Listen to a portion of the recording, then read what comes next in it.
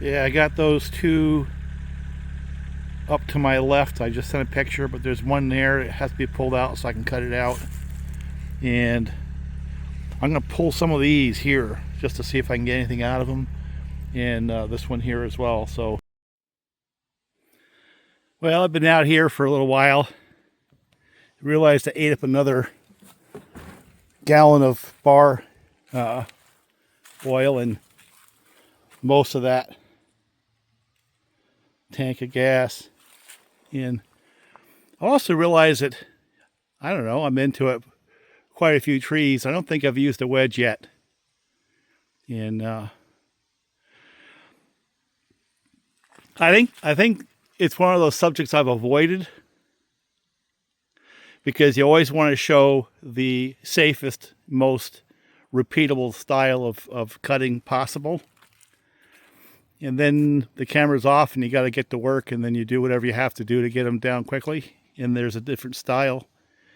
Because on the camera, you got to make sure it's a safe type of a felling.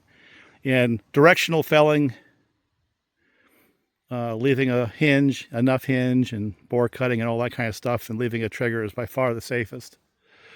But the last, I guess, 4 or 5 trees I've done, I'll just give you a hint. There was little or no hinge. Just let them fly.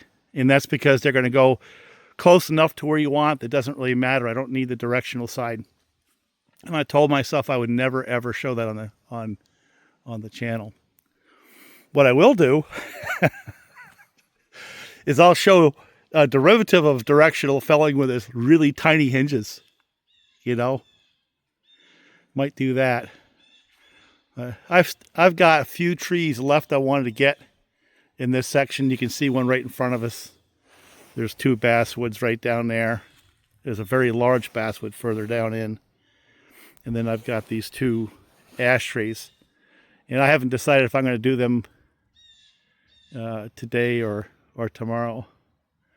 But it's funny because I came out here, I didn't plan on felling. But what happens is you sort of get into a rhythm. Next thing you know, you're doing what you do. It's like almost automatic. So I think what I'll do is at least get a couple of these trees on camera and then go back and do what I planned on doing. And that's spend a little time with this little 61 here, because I found that the fuel line, I had speculated it might have an issue there. It's pretty weather checked. And usually when I see that much weather checking on the fuel line, that's an indication that it's compromised somewhere. Even if it's just slightly compromised, it's compromised somewhere. And if you're getting any air at all into that fuel line, that would be why it's hard to start. But that saw ran good enough, and it had a good enough set of diaphragms in the carburetor that once it was running and got RPMs, it was still, able to pump fuel, right? So anyway, I'll do that. Let me see if I can get one of these or 2 of these down and still have enough daylight to go up to the shop and work on the little 61. So I think I'm going to take that one on the hillside there first. I got to be a little careful because it's a little bit entangled and all those branches are brittle. They'll all break. None of them, on a dead tree like that, they're going to come right down. Wherever you don't want to be or don't want them to be is where they're going to go. That's why you have to plan. So I have to make sure that my exit strategy allows me to get past that fast enough, that spot where it's going to drop. And I'd take that second one there too, but it's just so many prickers, it's going to take me a period of time. I don't feel like messing with it today. So I'll take this one, and then if we got daylight, we'll take this one right here and drop them down the hill. So let's take a look, see which way it wants to go. I can see it fades to the west a little bit, or to the left. And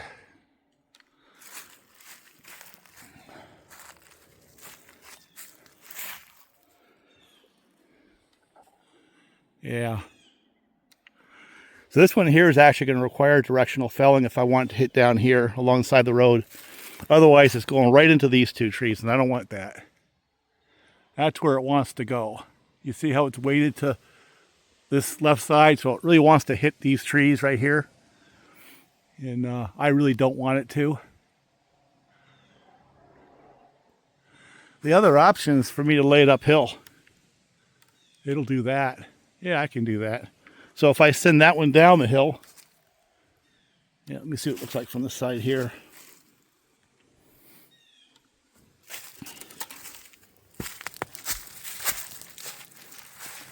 Yeah, I'll lay it up the hill. Put one down, one up.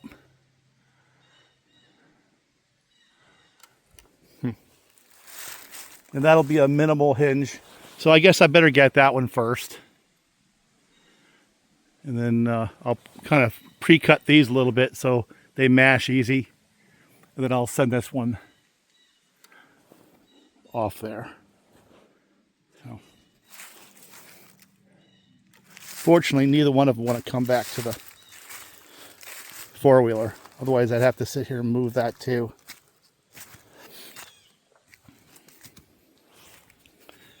And I'm pretty sure I don't need a wedge on either one of these. So let's just walk our way over and drop the one. So I have something on video. You actually think I'm doing work.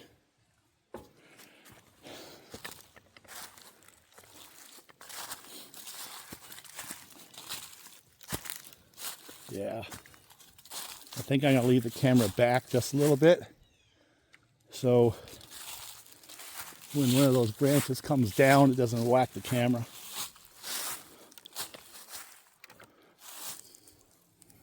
How about there?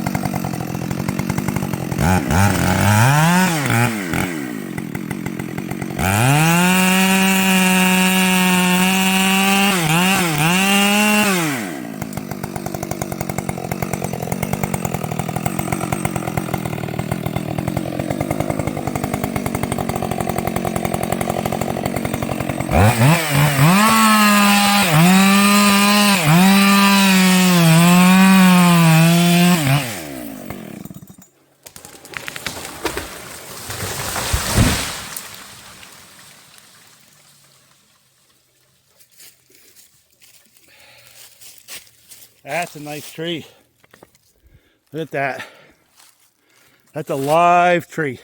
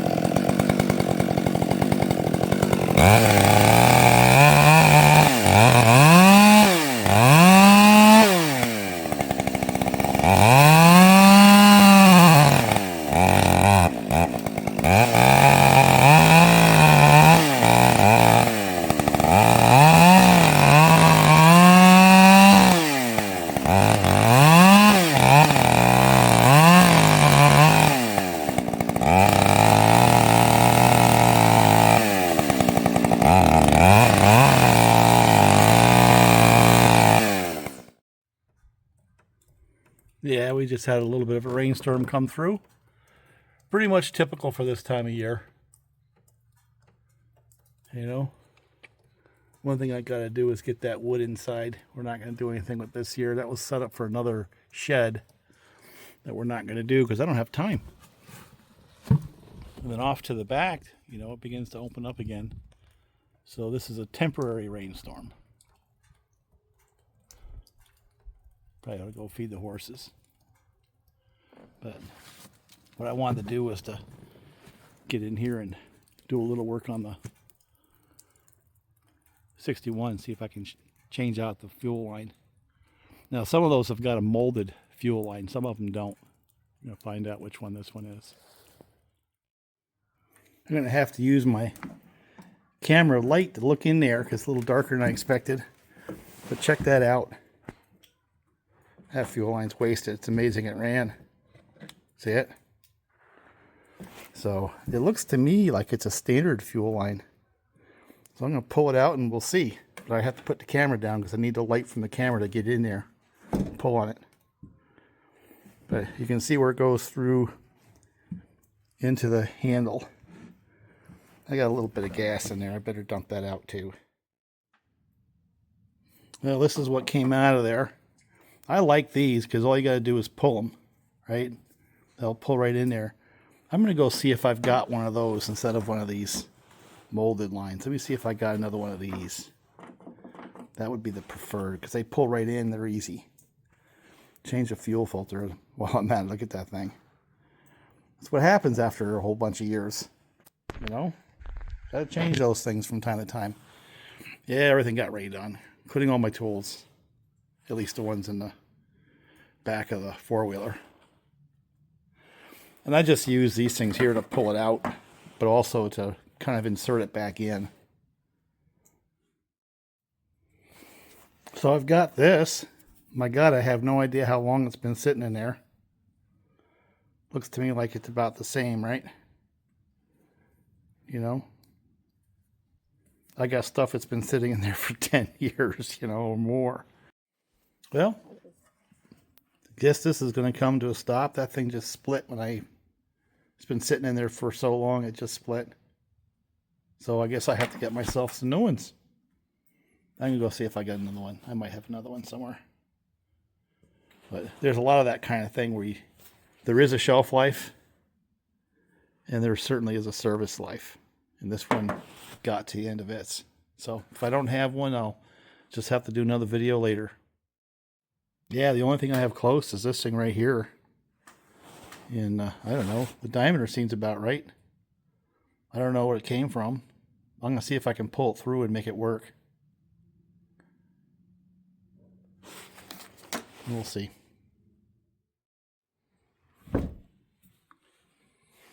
Oh, it seems to be close. It's a little bit long. It popped right in there. The diameter was right. I may end up cutting that a little bit if it turns into a problem. You're not going to be able to see on the inside, but let me just fill it up with fuel and see if it'll fire up a little easier now, and then I will have a video. Huh. Yep.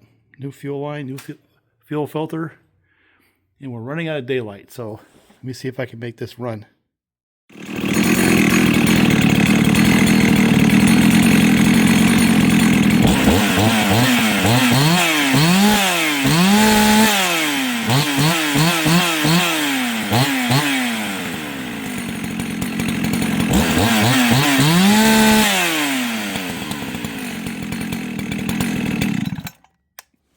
Yeah, that's better.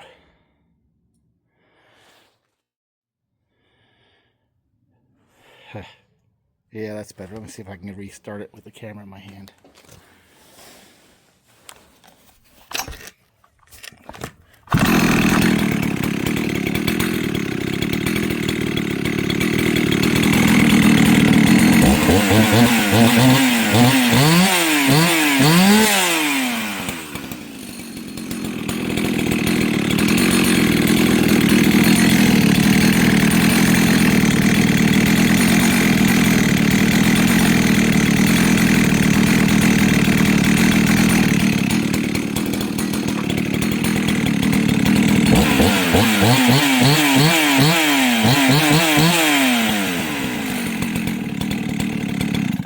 That's a lot better, actually.